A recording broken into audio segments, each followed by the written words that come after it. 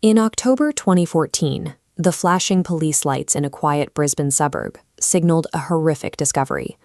Officers responding to reports of a terrible smell coming from an apartment uncovered a crime scene so disturbing that it immediately dominated national news.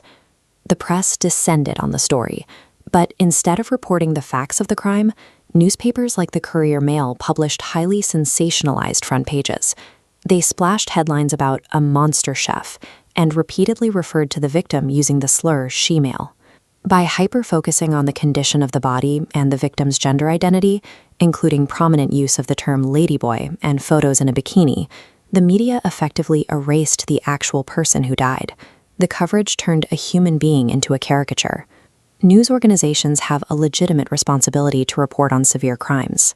But in this case, the pursuit of a shocking story crossed over into clear victim blaming, treating a woman's death as a sideshow attraction. This framing does real damage.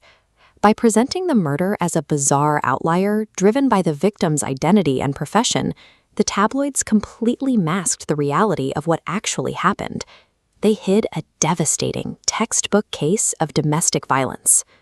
To understand the reality of the crime, we have to look past the headlines and examine the official findings from the Queensland Coroners Court. The inquest revealed a highly stressful domestic situation inside the couple's waterfront apartment. Marcus Volke had accumulated massive credit card debt, and his victim, Mayang Prasetyo, was helping pay it off while relying on him for visa sponsorship. At the same time, Volke's mental health was deteriorating, and he had recently sought treatment for anxiety and depression. The timeline of the tragedy shows a clear escalation. Late on October 2nd, neighbors overheard prolonged, intense screaming and arguing coming from the unit. Over the next 2 days, Volke sought hospital treatment for a deep cut on his hand, gave conflicting stories about how he got it, and bought bleach, rubber gloves, and a meat cleaver. Early on October 3rd, following that severe argument, Volke fatally stabbed Mayang in the neck.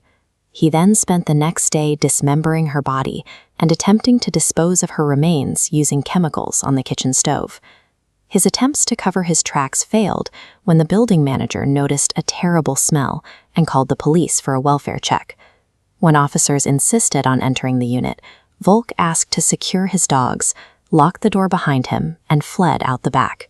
Police tracked him to an industrial bin in a nearby parking garage, but before they could detain him, Volke inflicted fatal wounds to himself. The coroner concluded that the officers followed all proper procedures and that Volke's suicide could not have been reasonably prevented. The coroner's report strips away the tabloid fiction, replacing it with a cold, objective timeline. These facts reveal a tragic, systematic escalation of intimate partner violence. Yet, as the facts of this domestic homicide were uncovered, the press chose a very different angle. We have to look at how journalists processed and distributed this trauma to the public. This document is the Our Watch National Guidelines on Reporting Violence Against Women. It warns against language stereotyping victims based on intersecting identities. But reporters repeatedly ignored these standards, instead publishing repetitive, irrelevant details about Mayang's sex work and identity as a trans woman.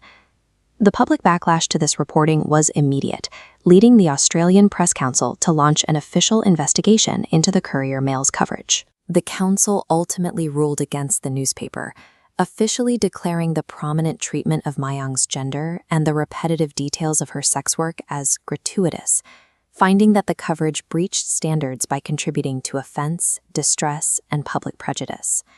Sensationalizing a marginalized victim carries a cost that goes far beyond predatory engagement tactics.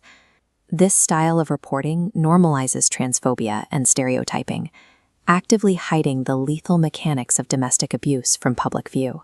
To correct that failure, we have to strip away the sensational labels and look at who Mayang Prasetyo actually was to the people who knew her. In her home country of Indonesia, she was a beloved daughter. She was her family's primary breadwinner, consistently sending money back home to support her mother and to put her 2 younger sisters through school. To her friends, she was a cheerful, deeply cherished soul. They remembered her as an incredibly happy person who made a lasting impression on every single person she met. Her death highlighted a much larger, often invisible issue. In his final report, the state coroner specifically referenced a government task force, warning that the true nature and extent of domestic violence within the LGBTQI+ community remains largely hidden. When a person navigates life as a trans woman, a migrant, and a sex worker, those intersecting identities create unique vulnerabilities. They also create immense systemic barriers to seeking help or accessing support services when a partner turns violent. This is exactly why the press holds so much power. The way journalists write about violence directly shapes how society views these victims and whether those victims feel safe enough to speak out in the first place. Demanding better from our media means rejecting the consumption of tragedy as cheap entertainment. It means recognizing that behind every lurid headline is a human being whose dignity deserves to be honored and whose real story deserves to be told.